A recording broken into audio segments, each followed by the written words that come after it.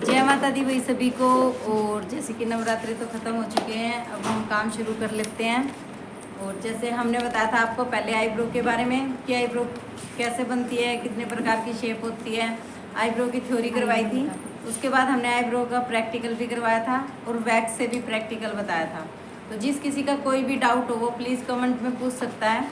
और हम जो भी नया जुड़ा है हमारे चैनल को सब्सक्राइब जरूर कर लेना और बेल का बटन दबा लेना, जिससे आपको नोटिफिकेशन मिलती रहे। और जिस किसी को भी इस वीडियो की नीड हो उसको शेयर जरूर कर देना, जो घर बैठा सीख सके। तो आज हमारा दूसरा है ब्लीच कि ब्लीच कितने प्रकार की होती है, कैसी होती है और किस किस फेस पे कौन सी यूज करनी होती है और कैसी कैसी ब्लीच होती है, सारी आपको बताएंगे थ्योरी में।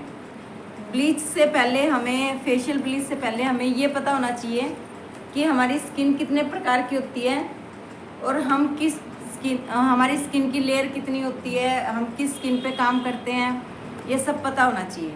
तो डायरी और पेन लेके बैठो और नोट करो। सबसे पहले होता है कि हमारी जो लेयर होती है वो कितने प्रकार की होती है।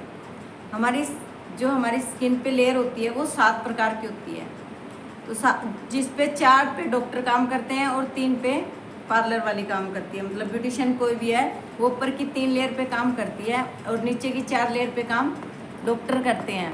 हम ये बोले कि नहीं हम तो डॉक्टर है, तो हम डॉक्टर नहीं है बिल्कुल भी। हम पूरी, जैसे किसी का पिगमेंटेशन है बोल दे कि पूरा क्लीन हो जाता है, वो सब नहीं कर सकती कोई भी सैलून वाली। खाने और 4 लेयर खाने से अच्छी होती है और 3 लेयर लगाने से अच्छी होती है। तो हमारे लिए खाना भी उतना ही ज़रूरी है जितना लगाना, और लगाना भी उतना ही ज़रूरी है जितना खाना। तो जब हम ज़्यादा पानी पिएंगे या ज़्यादा अपने खाने पीने की केयर करेंगे तब भी ग्लो आता है। ये नहीं कि जाके रोज़ाना फेशियल करवा लिया तब भी ग्लो नहीं आएगा, और ये भी नहीं कि हम खा पिए अच्छा रहे और बाहर से डस्ट आ रही है। तो हमारा फेशियल भी उतना ही ज़रूरी है और खाना पीना भी उतना ही ज़रूरी है। इसलिए स्किन की 7 लेयर होती है, जो हम ऊपर की 3 लेयर पे काम करते हैं, जिसका नाम है डर्मा, अपर डर्मा और हाइपोडर्मा। ठीक है, ये 3 लेयर होती है जिस पे हम काम करते हैं। अब हमारी होती है स्किन कितने प्रकार की होती है। अब सबसे ऊपर वाली स्किन ही होती है, जो सबसे ऊपर होती है वो स्किन ही होती है, हम उस पर काम करते हैं। तो स्किन कितने प्रकार की होती है, वो होती है 5 प्रकार की। कौन सी?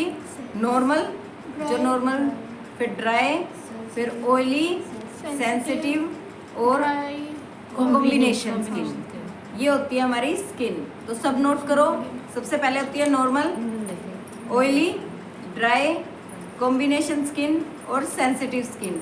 अब हम पहचान कैसे करेंगे कि किसकी स्किन कैसी है। नॉर्मल स्किन तो नॉर्मल ही होती है, सबकी नॉर्मल ही है, दिख भी जाती है, पता भी चल जाता है और खुद भी बता देते हैं कि हमारी स्किन नॉर्मल होती है।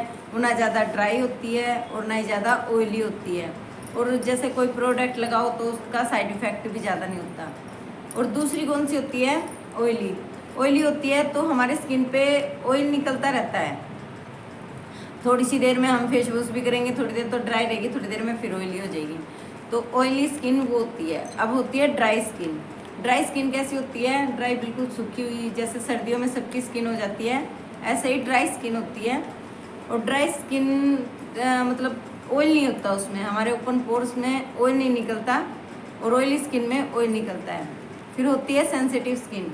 सेंसिटिव स्किन होती है जो उसमें मतलब हम कुछ भी प्रोडक्ट यूज करते हैं या कुछ भी करते हैं तो उसको ईचिंग होने लग जाती है, दाने निकल जाते हैं, यानी उसकी स्किन पे जल्दी एलर्जी करती है, उसको सेंसिटिव स्किन बोलते हैं। अब 5वीं कौन सी है? Combination skin. कॉम्बिनेशन स्किन होती है जो कहीं से ऑयली होती है, कहीं से ड्राई होती है, कहीं से नॉर्मल होती है, उसे कॉम्बिनेशन स्किन बोलते हैं। अब ये पता चल गया कि कौन सी स्किन होती है, कितने प्रकार की स्किन होती है और कैसी कैसी स्किन होती है। अब हमें पता कैसे चलेगा कि हमारी स्किन कैसी है? हम सुबह उठेंगे, उठ के और अपने फेस पे एक टिश्यू रखेंगे, सूखा ड्राई टिश्यू, सुबह उठते ही, और उसको हल्का सा दबाएंगे। जहाँ जहाँ ऑयल आ गया, अगर सारा ही ऑयल आया तो हमारी स्किन होगी ऑयली, अगर ऑयल नहीं आया तो हमारी स्किन हो गई ड्राई, और अगर कहीं कहीं ऑयल आया तो हमारी स्किन हो गई कॉम्बिनेशन। अगर ना मतलब नॉर्मल रहा तो वो नॉर्मल स्किन होगी। और सेंसिटिव स्किन का पता करते हैं जब भी हम कोई प्रोडक्ट लगाते हैं तो उसकी स्किन पे थोड़ा सा इचिंग वगैरह होने लग जाती है, उससे हमें सेंसिटिव स्किन का पता चल जाता है। अगर हम किसी सेंसिटिव स्किन पे काम कर रहे हैं और हमें ब्लीच लगानी है तो डायरेक्ट कभी भी उसकी फेस पे ब्लीच नहीं लगाना। या तो उसके हाथ पे ट्राई करो, थोड़ी देर छोड़ो, या कान के पीछे ट्राई करो।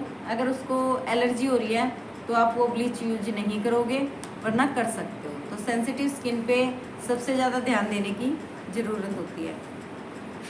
जैसे अब हमें पता चल गया कि हमारी कौन सी स्किन ऑयली है, कौन सी ड्राई है, कैसी है। अब कस्टमर आएगा तो हम उसको तो अचानक से चेक नहीं कर सकते, तो उसको बोलो कि भाई ऐसे ऐसे, या तो उसको पता ही होता है ज़्यादातर कि हमारी स्किन कैसी है।